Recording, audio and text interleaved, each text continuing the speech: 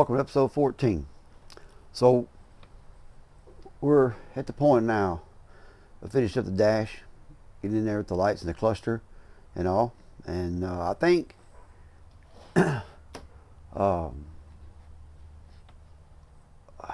I'm trying to think about that wire. I got to get run out of there before I do finalize the dash. I'll get that done. What you see behind me, the toolboxes are gone. I got to come up with 184 inches. Where that red thing is over here, that orange looking mass thing, that's on the shelf. And at the end of this video, on the other side of the screen, is the garage door railing. So 184 inches is the total length with my box with the lockers on it. I've got to clear all the rest of the stuff out of here. And like I say, the red boxes are behind y'all. We got them moved over. My boy come up and help me get them moved over so we can get more room. We moved out a lot of stuff out of here until I get moved. We're trying to get moved down to Burleson, Texas, down there with a bigger place, and either got a shop there or 3-car garage, something. I need more room, so we're trying to get moved. I can find a place down there. We're currently right here in the middle of Dallas and Fort Worth at North Richland Hills. So in this video, after I got to looking at things and what all, you're going to find that I think there's going to be some issues that we got to take care of when people do their builds or modifications or whatever. Sometimes they will buy something and make it work. And then when you sell it or decide to work on it yourself or do something different to it, it's like when you find this out, what was they thinking when they got to this point? You're going to see this in this episode 14. I must warn you, there may be a little bit of ranting a little bit, but it's something to expect when you do buy something. You never know what you're going to get. Never know. From $5,000 trucks or $2,000 all the way up to 50 on these step sides. Some of them sell higher than that. But you just got to keep in your mind that when you buy one, you don't know what you're getting. And I try to make mine as right as I can. I've never had one come back and say, why'd you do this? Or what was you thinking when you did this part? But anyway, let's get on with this episode. And I'll get back with y'all when we get done with it and get this up. I didn't get one out this last Sunday night. Had some issues last week during the week, so I did not get it one out Sunday night. This will get out. You're seeing it now. So anyway, let's get on this thing. Get the dash done. I'll see y'all in a little bit. Let's start out with the dash lights. So I went with this color here. It's called ice blue.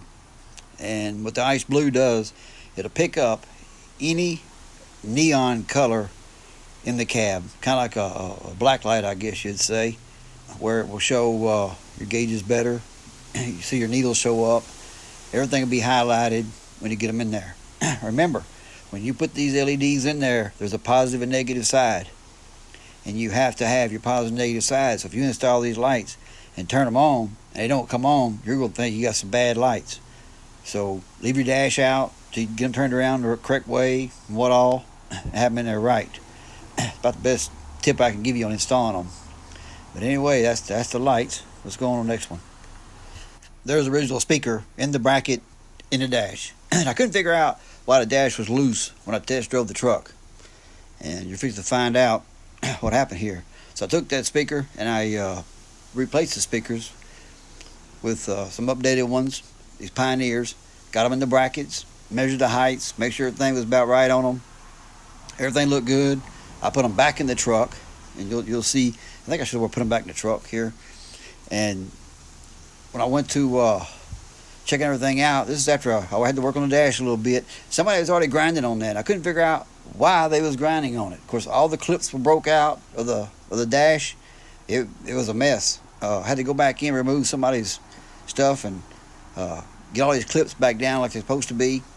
and put everything back in order where it goes before I put the dash back in. So I ended up having to take the speaker back off the bracket because the dash still would not go in. And so, man, what in the world is going on here? And of course, I went and done some research and found out. So the bracket, the speaker will bolt straight down on the dash. You don't have to have that tall bracket, so it won't be pushing on your dash or pushing it up. It'll bolt straight down. Let's listen in. So if you look at the pictures at the beginning of the truck when it arrived, you'll notice over there on the dash that nothing lines up. So I had to take off the bracket for the speaker for the dash to get down that far. Now there is, I think, about another 3/4 of an inch to an inch that I can grind off the dash on the back side to get this dash lower. But I don't think it fits the 86. I'm sorry. It just the clips line up, but I've never seen one like this. I've always had the right dash in them. I still got a hump here, but hey, you know what? We got a way to fix this. We're gonna fix it right here, like this right here for right now. We'll just let that right there iron out with the sun, so it won't bother me so bad until I get another dash or take this one back out and grind on it some. We're gonna make it work one way or the other. Get to buy another dash or whatever. And anyway, it's the way it works, man. The way it is. So there it is until we do something different. That truck's a wrecking there, ain't it? But here's some pictures right here of what it looked like when it arrived. You'll see in these pictures coming up that right there lined up some. It was off a little bit, and then as you go across the dash, you see right there where it wasn't lining up. I'm thinking this is a late 70s dash, mid 70s. I don't think it's the 80s. I'll take it back out. I'm gonna make it work one way or the other. We're gonna make it work. So it is what it is. We're gonna do what we can with it. If not, if I can't make it right, I'll sell that one there to somebody who needs one, and give you one that fits the truck. You know, try to make it, where it looks a little better. Here's some electrical wires, schematics that somebody asked me about, and I thought I'd throw a few pictures up here in case they needed them. They was asking about them. I tried to tell them where to find them at, and because this is some of the parts we're going to be working on in the truck to hook our lights up to the console, the pods and all. There's a vacuum set up too. But these Chilton books here, the two I'm fixing to show you, is probably the best two, I think, that it really shows what you need on these trucks. I mean, they well detailed. I like them, and just something I'm glad I picked up, because like I said, it's been, I don't know, a while since I looked at the wiring on the trucks, schematic. Here's the switches I'm going to be putting in that pod up on top, the console, the overhead. They come pre-wired. You got the relay. All you got to do is hook your power up to whatever you're going to hook the switch up to. These are going to go in that console we're building, just to show you. That goes in it. And I'm going to show you how to build that plate for it, because this comes a little bit too big, probably about I don't know, 1/8 of an inch. And that piece right there, don't ever throw anything away when you buy these pieces. You're going to need them, because you're going to glue your plate to it, snap it back in place, because you're going to use that thin plate, or you glue it on there, epoxy, whatever you want to do to it, and it'll fit. Here we are. We're going to cut out our spots for our switches, and we tape it all off. That's the bracket that the switches were in. You just tape it down on your piece that you got cut out for your console. I showed this before in another video when I built the one for the radio. Pretty simple deal. You cut it out how you want to cut it out. I can't tell you how I cut it out, because if you cut it out the way I tell you, you probably hurt yourself. But anyway, so I got the holes cut out. Gonna mount the switches in them here shortly. So after you get them cut out, then you can install your switches, and then there's a trick to line them up. And really, it's common sense, not really a trick. Cut this fan off over here. That thing came on. Sorry about that. So let's put our switches in there and see how straight. You gotta straighten them up, and the only way to straighten them up, and that's back on that little pod. I just got it sitting there. It's not glued in. It ain't been sanded yet on the edges, nothing like that. It's just sitting in there. But to line those switches up, take your zip tie in the back, and you can squeeze them or separate them. What are you gonna do? Or take the switches out. You can trim a little bit, loosen them up some. If they're too tight, it will try to roll up a little bit on you. And you can see why I said leave the stuff in there. Take it out, glue it against it, whatever.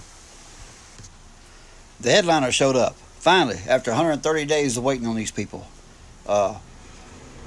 It's OC Carpets, I believe, where I got it from. On their website it says 50 days, so when you order one, just take your time, and it's gonna be a while before it shows up.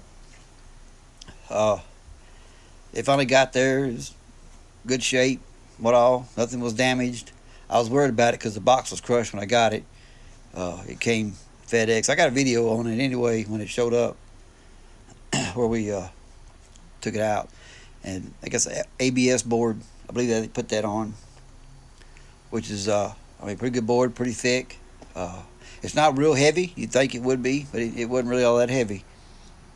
So we're gonna work on this part now. That's the steering wheel that showed up, which is wrong. You'll see the video of that too, one before this. That's the steering wheel I ordered. It matches the wrap and all in it. I thought it was cool, just have something different in the truck. Very different. Just something I wanted. So here we go with the working on the center console on the top. The overhead console is going to be a challenge because I need about an inch to 1.25 inches in there to be able to put this in to make it work. I think I can do it. If people knew what that headliner costs, they probably think, are you really going to cut on that? So I'm thinking about putting this in there. This is what I want. You got to go with what you want. And I like challenges. Cars passing by. And this is going to be a challenge to get this in there, but I think we're going to be putting this in episode 15, showing to install this and get it done. I got to get the headliner done so I can continue on with the dash. The balls in the back's got to rotate, so you've got to sink it down. I cut the studs off of it because that was rising even higher.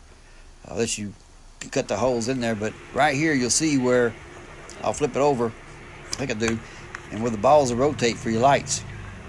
So you got to have clearance for the rotate to make it right. But I think we'll get it in there. I can get the headliner up. See what kind of clearance we got from the headliner to the skin of the roof right there. There may not be much. I don't want to cut on that. I don't want any hacking on the truck. So I hope we're gonna make room. One way or the other we will, I think. Okay, as you can see, we got a lot of work still ahead of us. I got the trim pieces done, and I'm gonna try to talk over this storm we got out here. We got a tornado warning, watches, and what all, and it get pretty rough. So I'm gonna try to talk over it. I said I was gonna get y'all 14 out tonight, no matter what happens, right? So we're gonna get her done. So we're gonna get the dark blue felt for the headliner that'll match our trim pieces, and I've got all these here done. They come black, so you just put your primer on them, paint them the color you want them, and all this is of course is just ABS board, what they're made out of, so they'll be pretty stout. They're not gonna crumble like the ones in the truck. The ones in the truck I can't even touch. They'll come out of there probably in pieces. But when you do get them, of course, you'll have the spot on the right side for your coat hanger area, whatever, hang your hat or whatever you want to hang on it, your clothes, shirt, whatever. On your driver's side, you'll have to cut your hole here if you got the cargo light. which in my other videos I think I've showed how to cut this stuff. Pretty simple. So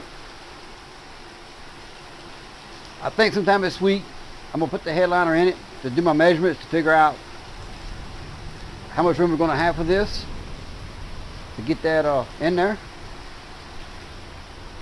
and move on from there. We did a lot this last week, or actually a week and a half on it. What little bit of time I had, you know, getting it done. So anyway, I hope you enjoyed the video. I do a lot of talk over on the pictures. I will show some video, but I don't want to bore you to death with me sitting there doing something, you know what I mean? So if you like just the talk over part, let me know. If you want the videos, let me know, and I'll detail the videos more. And that dash, I probably can make it work if I work on it a lot. But if you've ever wrestled those dashes in and out of those trucks, you don't want to 2 or 3 times, you know what I mean? So you want to try to get it right. And when I lowered the speaker, I thought then, you know, hey, this thing will go in there, you know, better or easier. And still that one little hump in there, and the clip is down lower in the dash where it's supposed to go. It's still got that hump, but the dash is thick. And maybe that's where they sell them now. I haven't bought one in years. Well, maybe that's where they sell them, because this thing is thick where you can buff a lot off of it, lower it. You need to lower it more, and I may pull it out and lower it. But that still doesn't line up your gauge bezel to the corner. So you've got to do some work there, mess with it, see what I can do with it. If I can't get that to line up, I got to find somebody that sells the 86 dashboard, the dash pad that fits right, you know. One that knows what they're doing when they got the dash pad, instead of trying to make something work like that. I don't like it. It won't be showed with that like that. I'll have to rip it out, put the right one in eventually. Just the way it is. It's got to be right. But anyway, hope y'all enjoyed it. I'm going to watch this storm some more out here. And it's getting pretty rough. I think we're in the middle of it now, though. Should start coming back down some. I know some people up north got hit pretty hard and what all, but shoot, man, it's that time of year. Expect it. So see y'all next Sunday. I hope with episode 15 we'll see what we can get done on it. Every week we're gonna keep on with this thing until we get it done. So if you hadn't, check the links below. There's a build page, and of course my Instagram, where I show pictures of things that go on during the week, that instead of waiting until the video comes out, you can see what's happening. If you want to go check it out, you can be ahead of it. Anyway, y'all have a good one. We'll see y'all next week.